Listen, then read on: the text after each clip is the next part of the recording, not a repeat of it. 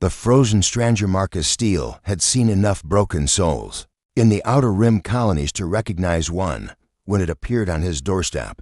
The woman wasn't human. Her silver blue skin and elongated limbs marked her as Zephyrian, one of the peaceful, traitor species that had been caught in the crossfire of the recent galactic conflict. But peaceful didn't mean safe, not anymore.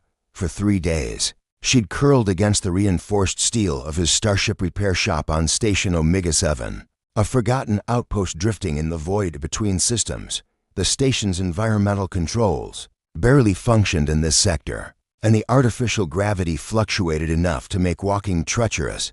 Yet she remained, shivering in the recycled air that tasted of metal and desperation. Marcus watched her through his security feeds as he worked on a damaged hyperdrive core. The Zephyrian female, he guessed she was young by the way she moved. Careful but not yet hardened by years of survival, wore nothing but torn biosynth clothing that had once been white. Now it was stained with oil and blood, neither of which appeared to be hers. The war had ended 6 months ago when humanity's fleet had pushed back the Dominion forces, but the aftermath still rippled across the galaxy. Refugees, deserters, and worse things drifted between the stars like debris from a shattered ship. Most species viewed humans as dangerous now, unpredictable warriors who had somehow turned the tide against an empire that had conquered half the known galaxy. Marcus understood their fear. He'd served aboard the UES Retribution during the siege of Kepler Prime, had seen what humans could do when pushed to their limits, but he'd also seen what they did to protect others, how they threw themselves into impossible situations because someone had to try. The woman outside his shop wasn't trying to get his attention. She wasn't begging or pleading or even looking toward his door. She was simply existing in the small space between his shop and the maintenance shaft, as if she'd found the last safe corner in the universe and decided to make it home. On the 4th morning, Marcus found ice crystals forming on the viewport. The station's heating grid was failing again, and the temperature was dropping fast. He could survive it. Humans were adaptable, had learned to endure conditions that would kill most species. But the Zephyrian wouldn't last another hour. He stood at his door controls for a long moment, finger hovering over the release. Opening that door meant responsibility, meant questions he wasn't sure he wanted answered. But it also meant being the kind of human the galaxy needed to see, not the warrior, but the protector. The door hissed open, and Marcus stepped into the cold. The woman's violet eyes opened, bright with fever and something that might have been hope. "You can't stay out here," he said simply. "Come inside." Trust in the dark. Zephyrian woman moved like liquid mercury, flowing past Marcus into the warmth of his workshop with a grace that seemed impossible. Given her obvious exhaustion, she paused just inside the threshold, her elongated fingers trailing along the doorframe as if memorizing the texture of safety. Marcus sealed the door behind them and watched her survey his domain. The shop was cramped, but organized. Tools hung on magnetic strips, spare parts sorted into labeled containers, and a small living area carved out behind the main workbench. It wasn't much, but it was clean and warm and, most importantly, defendable. "You have a name?" Marcus asked, settling into his usual work stool while maintaining a respectful distance. The woman's head tilted in a distinctly non-human gesture, her silver blue skin catching the light from his workstation. "Valara," she said, her voice carrying the musical quality typical of her species. "You are Marcus Steele. I heard others speak of you at the trading posts." That surprised him. Marcus had spent the last year keeping a low profile, avoiding the kind of attention that came with being a decorated veteran of humanity's war. "What did they say? That you fix things that cannot be fixed, that you help those who cannot be helped." Valara moved closer to the heating unit, her hands extended toward the warmth. "That you are dangerous, but only to those who deserve it." Marcus considered this reputation he'd apparently earned. "I fix starships. Sometimes the people who own them need fixing too. And sometimes," Valara said softly, "the people need fixing." First, over the next few hours, Marcus learned fragments of her story. She'd been a navigation specialist aboard a Zephyrian merchant vessel when the Dominion forces had begun their final, desperate push into neutral space. Her ship had been caught in a crossfire between retreating Dominion cruisers and advancing human destroyers in the chaos. The merchant vessel had been boarded by deserters from both sides, soldiers who had given up on orders and focused on survival. They took everything, Valara explained, accepting a cup of synth coffee with hands that had stopped shaking. Credits, cargo, fuel. The captain tried to resist. She didn't finish the sentence, didn't need to. Marcus had seen the aftermath of such encounters. Desperate beings did desperate things, and the void between stars was vast enough to hide countless crimes. How did you get out? I hid in the ventilation system until they left. When I emerged, the ship was drifting dead. No power, no life support, no escape pods. Valara's violet eyes met his. I thought I would die there, alone in the dark, but a human patrol found me. This was the part Marcus had been waiting for, the piece that would explain why she'd ended up here, on this forgotten station, sleeping outside his shop. Let me guess, they weren't the helpful kind of humans. Valara's expression hardened. They were soldiers, young ones, still carrying the war in their eyes. They saw me as enemy territory to be conquered. She paused, choosing her words carefully. I escaped when we docked here for repairs, but they have friends on this station. I heard them talking about finding me, about finishing what they started.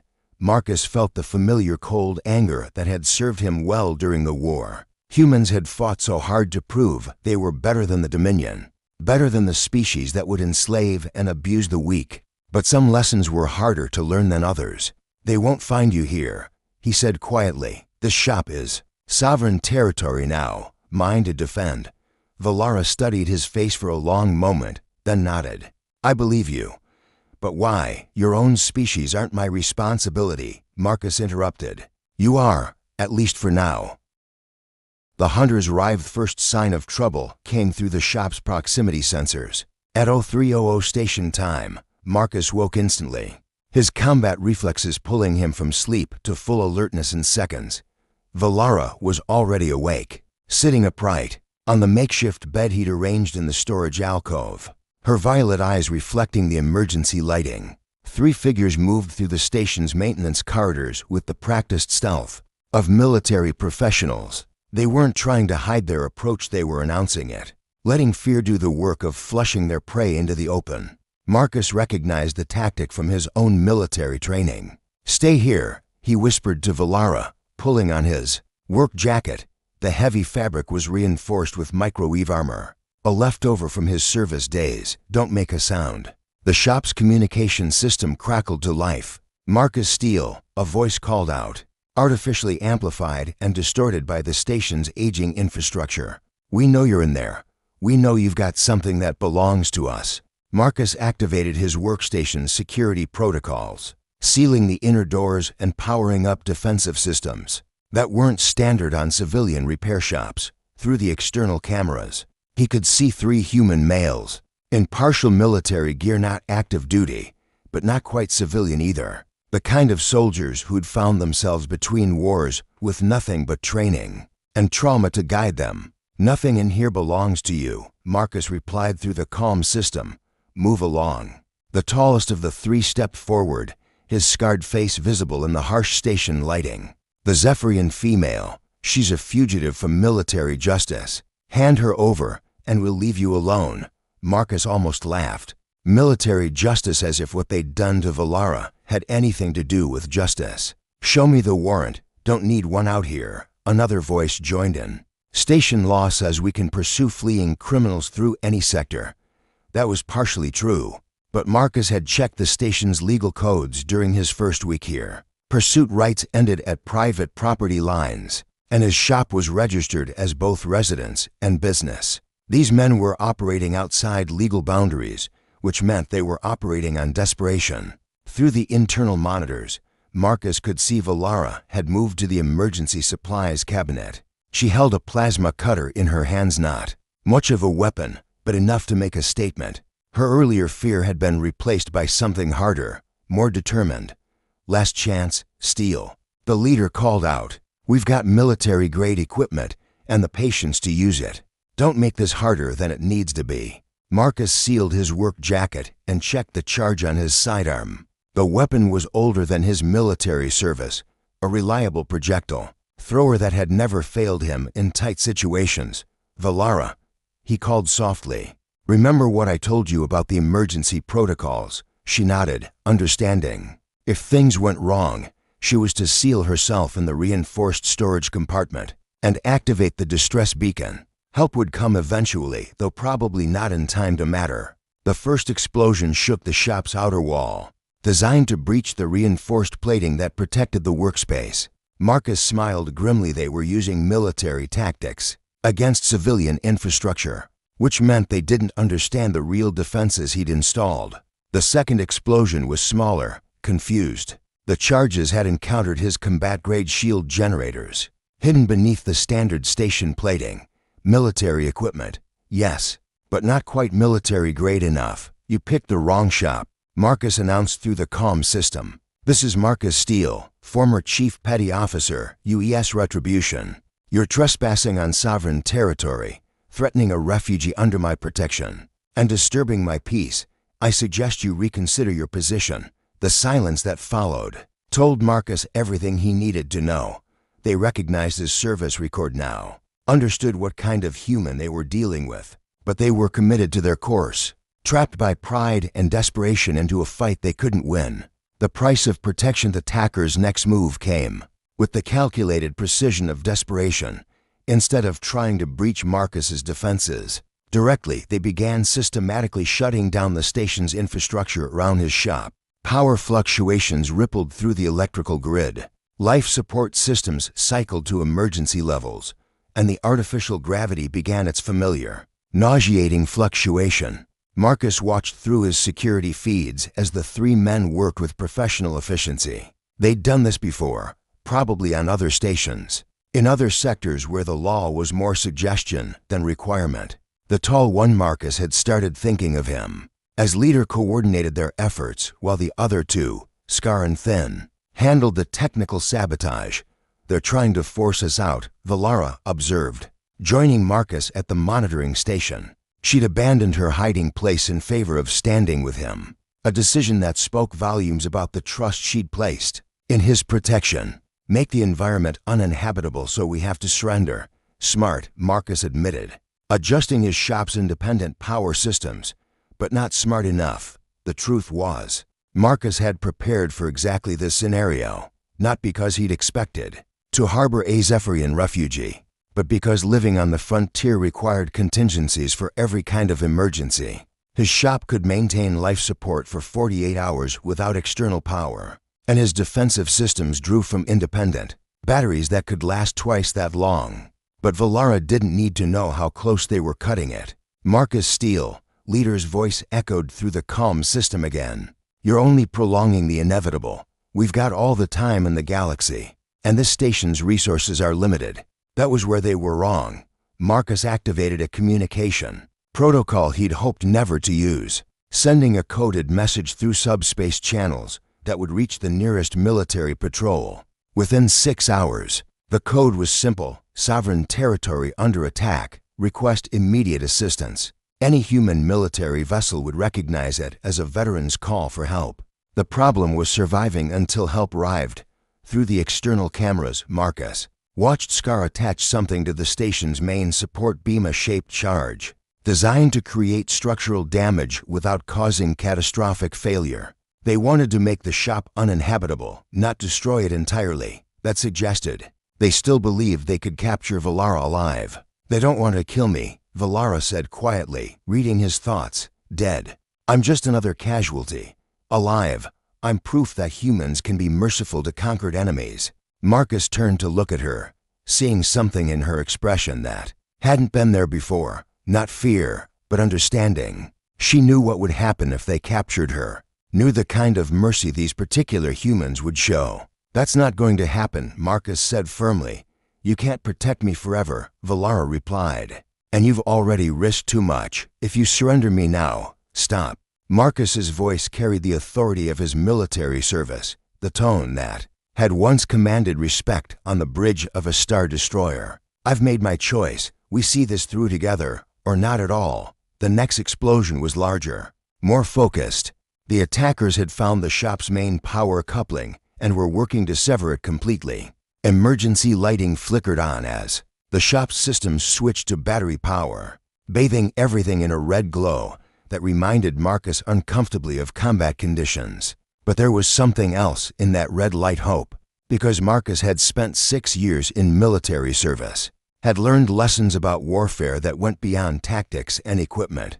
The most important lesson was this: humans were at their most dangerous when they were protecting something that mattered, and Valara mattered, not because she was Zephyrian, not because she was a refugee, but because she was someone who had asked for help and received it. In the vast darkness between stars, that simple transaction protection offered and accepted was what separated civilization from chaos. "They're about to try a direct assault," Marcus announced, checking his weapon's charge one final time. "When they do, I want you to remember something." Valara looked at him expectantly. "Humans don't just fight for territory or resources," Marcus said. "We fight for the idea that everyone deserves a chance to survive, to build something better. That's what makes us different from the Dominion, from species that see conquest as natural law." Outside, the attackers were positioning themselves for a final push, but Marcus was ready for them.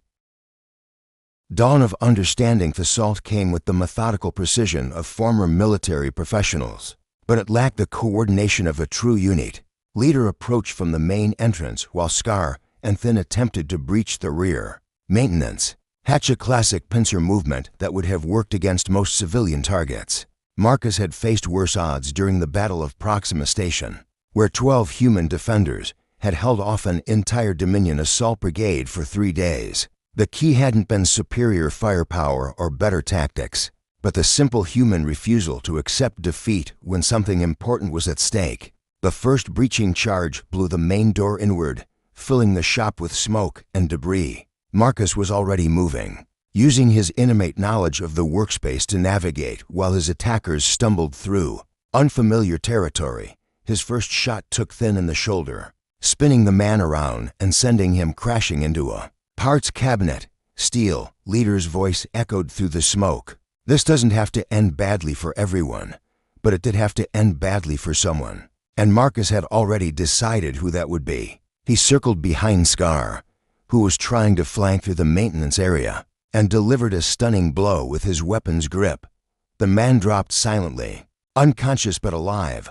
That left Leader, who had taken cover behind Marcus's primary workbench and was laying down suppressing fire with military precision. The shots were calculated to pin Marcus down rather than kill him, which confirmed Valara's assessment they wanted prisoners, not corpses. "The Zephyrian comes with us," Leader called out during a lull in the firing. "That's not negotiable. But you don't have to die for her." Marcus almost laughed. They still didn't understand what they were dealing with. Still thought this was about rational calculation rather than principle. "You're right," he called back. "I don't have to die for her. I get to live for her instead." The distinction was important. Dying for someone was about sacrifice, about grand gestures and tragic endings. Living for someone was about the daily choice to make their safety matter. More than your own comfort, their future more important than your past. Valara appeared at the edge of Marcus's vision, moving with the fluid grace of her species through the smoke-filled shop. She'd armed herself with the plasma cutter and was approaching Leader's position from an angle he couldn't see. Marcus realized she was about to do something heroic and stupid. "Valara, no," he called out, but she was already moving. The plasma cutter's beam sliced through the workbench's power coupling, sending sparks cascading over Leader's position. The man rolled away from the electrical discharge, directly into Marcus's line of fire. The projectile took him in the leg, a deliberate non-fatal shot that ended his combat effectiveness without ending his life. In the sudden silence that followed, Marcus could hear the distant sound of engines approaching through the station's docking bays. His distress signal had been received, and help was arriving faster than expected. "Human patrol vessel UES Guardian," a voice crackled through the comm system. "This is Commander Torres responding to Sovereignty Assistance request. Please identify yourself and state the nature of your emergency."